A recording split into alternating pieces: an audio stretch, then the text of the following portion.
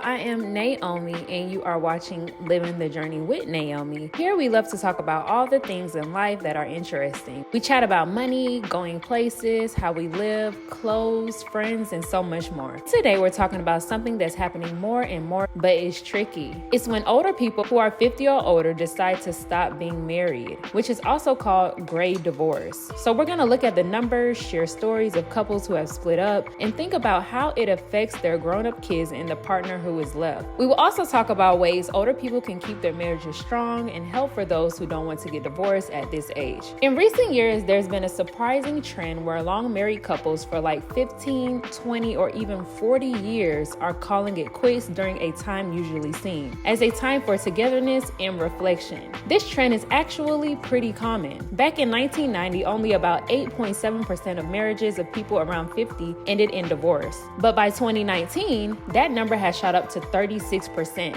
Since the 1990s, the divorce rate among those over 50 years old has doubled. And for those over 65, it is more than tripled. They're saying that by 2030, the number of divorced folks aged 50 and older will go up by 1/3. These stats show a big shift in what people expect from marriage as they get older. All kind of these things are driving this increase. It's a mix of different things like wanting personal fulfillment, taking stock of life decisions, and realizing there aren't as many years ahead as there are behind. This phenomenon is commonly linked to issues like empty nest syndrome, financial disputes, and the slow drift apart that can happen after decades of togetherness. So I have a few real life stories and I want to share with you guys. The first couple is Barbara and Sean. They had been together for 30 years and had 3 great kids. They were excited about retiring happily, but when it was time to retire, they wanted different things. Barbara wanted to travel the world, but Sean liked staying at home. This difference broke their marriage. Sean became close to a young woman who helped around the house, which made things worse. In the end, they got divorced. It was very hard for Barbara, who felt a lot of sadness and money problems. Sean felt very lonely without Barbara, his partner for life. And the second couple we have is John and Linda, and they were married for 35 years. Then their kids grew up and left home. John made the money for the family and liked to play golf and go fishing. Linda took care of the home and wanted to try new things together. But John did things by himself. They started to fight a lot because they wanted different things. In the end, they decided to live apart. Linda had to find a job, which was very hard, and John had money, but missed having Linda around. When older people get divorced, it can be really hard for the ones who didn't want it. They might feel very lonely and sad because they were married for so long. It can also make them sick because it's so stressful, and they might get heart problems or even diabetes. They also have to split their money and things, which can mean they don't have as much money when they stop working. Like, there was this couple, Susan and Tom. They were married for 40 years, but when it was time to stop working, they wanted different things. Tom wanted to relax at home, but Susan wanted to help out in the community. They couldn't agree, so they decided to live apart. Susan had to figure out how to live on her own and handle her own money, and Tom had to get used to being alone after being together for so long. Another couple I have here is Michael and Karen, and they were married for a very long time. They liked to be with friends and go to parties together, but as they got older, Michael liked to stay home more and Karen still liked to go out. They started to want different things, and this made them grow apart, which unfortunately ended their marriage. Karen felt very alone without her friends, and Michael didn't know what to do without Karen. They both had a hard time after the divorce. Sometimes when older people change what they want in life, it can end their marriage. And this is called gray divorce, and it affects both people in different ways.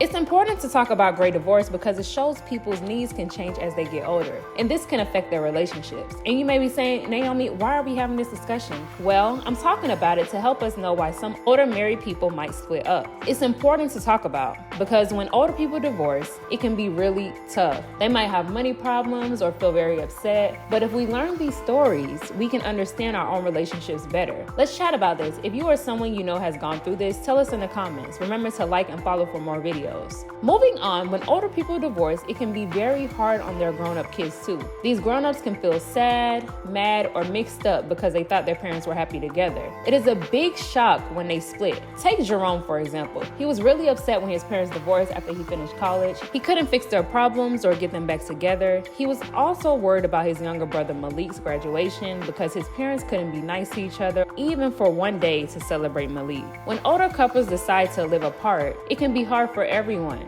But if we learn about what this means, it can make things easier for the family. So what do you think? Tell me what you believe.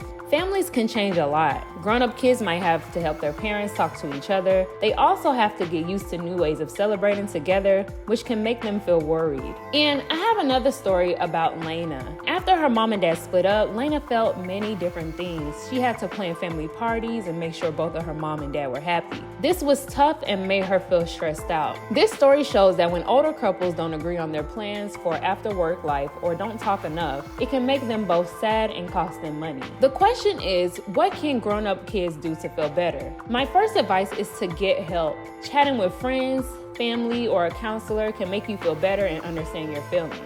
The second advice I have for you is to make rules. So it's good to make rules with your parents so you don't get stuck in their arguments. Tell them what you don't want to talk about. Number 3 is don't pick sides. Try to stay fair and don't choose a parent over the other. This helps you keep a good bond with both. Number 4 is to look after yourself. Do things that make you happy, like sports, hobbies, or even quiet time. It is very important for you to take care of yourself when you are stressed. How can older people keep a good bond in retirement? To have a good bond after you stop working, you need to try hard and really mean it. Here are some tips for older people to keep their bond strong and happy.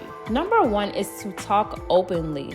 Number 2 is to talk often. So share how you feel and what you think with each other. This helps you understand what each person needs and show that you care about their feelings. Number 3 is to do fun things together. Enjoy hobbies like gardening or traveling together. Doing things you both like makes your relationship stronger. Also, try to exercise together like walking or even yoga because it's good for your health and it's fun. The next step is to give each other space. It's good to spend time together, but it's also important to have time alone or do different things by yourself. And number 5 is to be independent. Support each other to have your own hobbies and your own friends. This is good for both of you. Number 6 is to plan your money together. Work on how you spend and save money together. This helps avoid problems and make sure you both feel safe about money. Talk to someone who knows about money if you need help, especially when you don't work anymore. Number 7 is get help if you need it. If you have problems in your marriage, it's okay to go to counseling. Also, go to the doctor regularly to stay healthy and not let health problems affect your marriage. Number 8 is keep your love strong. Have special nights just the two of you to keep your love alive. You can also travel to new places together and make new memories. Number 9 is to be ready for change. Life changes, especially when you stop working. Be ready to change and help each other through these times. Cheer for each other and be there when things are hard. Also, keep in touch with friends. It's good to have friends and talk to them often. Friends can help you and make life better. Join in with others, do things with other people, or even help out as a volunteer. It feels good to be part of a group and work on things together.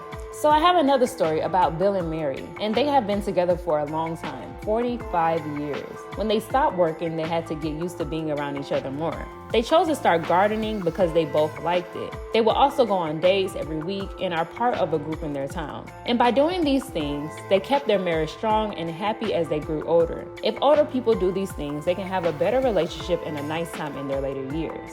In conclusion, today's dialogue on the increasing trend of gray divorce has shed light on a subject that affects numerous individuals and prompts significant contemplation on love, life, and the quest for contentment in the golden years. This phenomenon reflects a shift in societal norms and personal choices among the older generation. It also underscores the complexities of relationships that evolve over time and the unique challenges faced by couples in their later stages of life.